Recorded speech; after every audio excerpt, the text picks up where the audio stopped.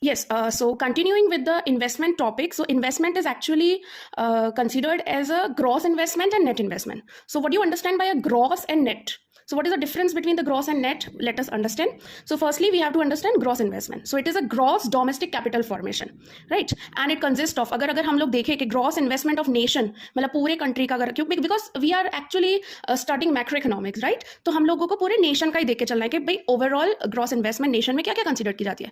Say for example, जैसे machineries and equipments का net value, then change in stock of finish goods, semi finish goods as well as raw material, then construction of business premises, यहाँ बोल सकते हैं land building and all, ये सब चीजें.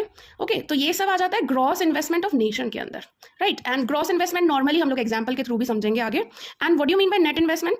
सो net investment क्या है? ग्रॉस इन्वेस्टमेंट में से जब हम depreciation means consumption of fix capital, because ultimately हम लोग जो फिक्स कैपिटल यूज कर रहे हैं उसमें से हम जो डेप्रिसिएशन वो माइनस कर रहे हैं, तो हमारे पास क्या आ रही है? नेट वैल्यू आ रही है.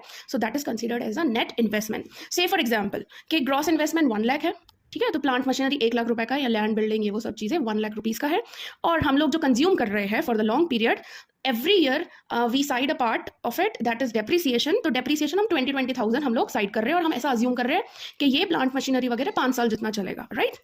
सो 5 साल के बाद अगेन हमारे पास वो वैल्यू इकट्ठा हो जाएगी 1 लाख, ताकि हम लोग आफ्टर 5 ईयर्स फिर से हम लोग क्या कर सकते हैं? मशीनरीज वगैरह खरीद सकते हैं. इस वजह से डेप्रिसिएशन साइड किया जाता है बिजनेस के अंदर. सो ग्रॉस इन्वेस्टमेंट अगर 1 लाख है और depreciation will charge as a 20,000. So net investment जो आ रही है हमारे पास, वो आ जा रही है हमारे पास क्या? 80,000, right? So that's the net value of the plant and machinery. Okay.